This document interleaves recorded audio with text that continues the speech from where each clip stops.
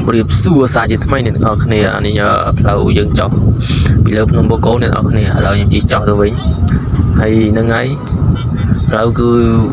រៀងវងវែងតិចហើយផ្លូវ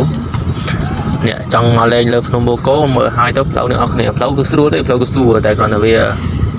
កាច់តង់ច្រើនអញ្ចឹងណាផ្លូវតែមិនអីទេបើចុះមកស្រួលមកអេមចាប់តែយើងឡើងតាយើងឡើងបើយ៉ាងថាយើងជិះម៉ូតូជិះឡានអីមិនសិនតែរឿងទៅដល់លើតែក្តៅហ្នឹងសិនព្រោះយើងសាងលេខរហូត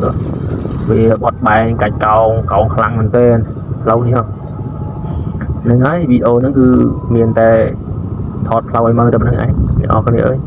ហើយបើចូលចិត្តសូមជួយ Subscribe និង Like អ្នកមួយផងហើយហ្នឹងហើយវីដេអូអស់ហើយមានតែប៉ុណ្្នឹងឯងសូមអរគុណសូមជម្រាបសួរ